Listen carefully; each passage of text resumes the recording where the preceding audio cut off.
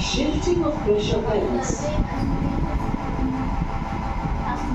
A pattern of alternate high and low pressure belts exists over the Earth. These pressure belts are not continuous because the surface of the Earth is made of both land and water. Both get heated in different ways. Let's have major pressure belts. The first pressure belt is the equatorial low pressure belt that extends up to 5 degrees north and south of the equator.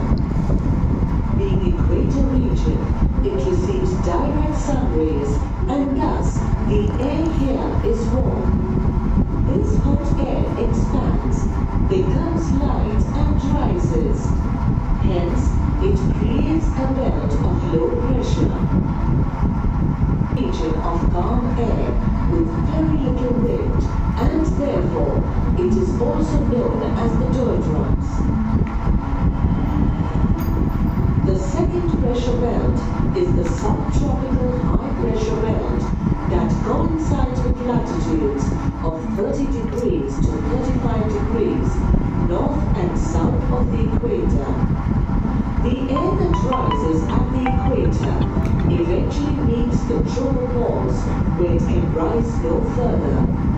Its pressure belt is the subpolar low pressure belt around latitudes 60 degrees and 65 degrees north and south of the equator.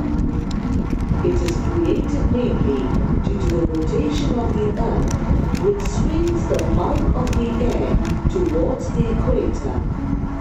These are areas of storminess, especially in East, mainly due to the temperature differences on the Earth's surface. They move in response to the migration of the sun.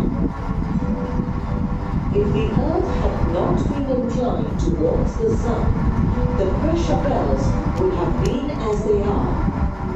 But it is not so, because the Earth is inclined 23.5 degrees towards the sun.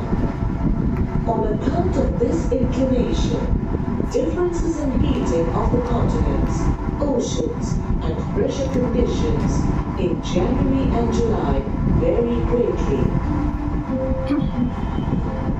January and July represents the winter and summer seasons respectively in the northern hemisphere.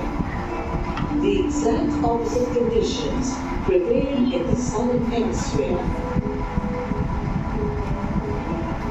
When the sun is overhead on the Tropic of Cancer, 21st June, the pressure belts shift 5 degrees northward.